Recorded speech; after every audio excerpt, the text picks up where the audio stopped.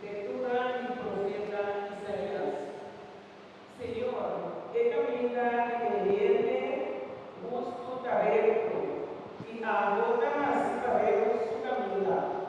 Sí, prima de camina y provisional, nos espera de vos, oh Señor, tu nombre y tu memoria siempre nos boca de los mente, la presencia y deseo de los corazones. De noche mi corazón está anhelado de verdad. Sí, ansiosamente, vida buscando de profundidad y miseria. Ora para ejecutar provisional, y nada resplandecer de la tierra, que habitante del mundo da Señor, y lo haya tipo da justicia.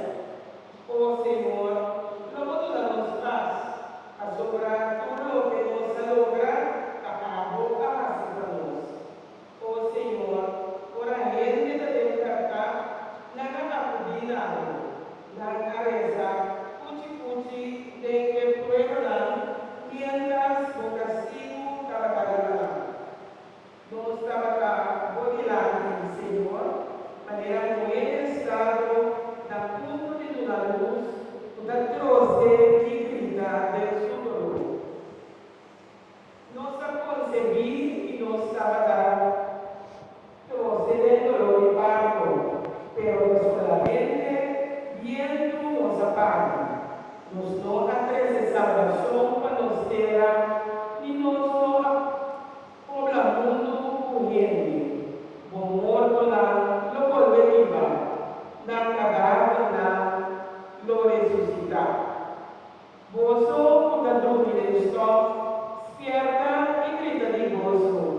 Se gozo serena, da maneira serena de aurora, luminoso e terra a luz da sua sombra.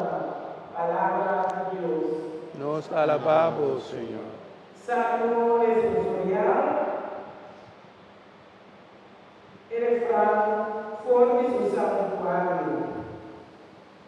Forme su santuário. Senhora que não vista riba mundo, agora Senhor, carrega sempre. Tu generação, tras de outro, lo venda o nome. Forme su santuário. Lo malanta, Senhor, e lo si vede di Sion, che tempo stipular llega, così dona la stima su pietra in alto verde su stock. Forte su santuario. Tu nación lo respeta el nombre del Señor, y tu rey del mundo lo adora gloria. Ora, Señor, volverán a Sion, y ora lo aparecer de su gloria. Por de un santuario.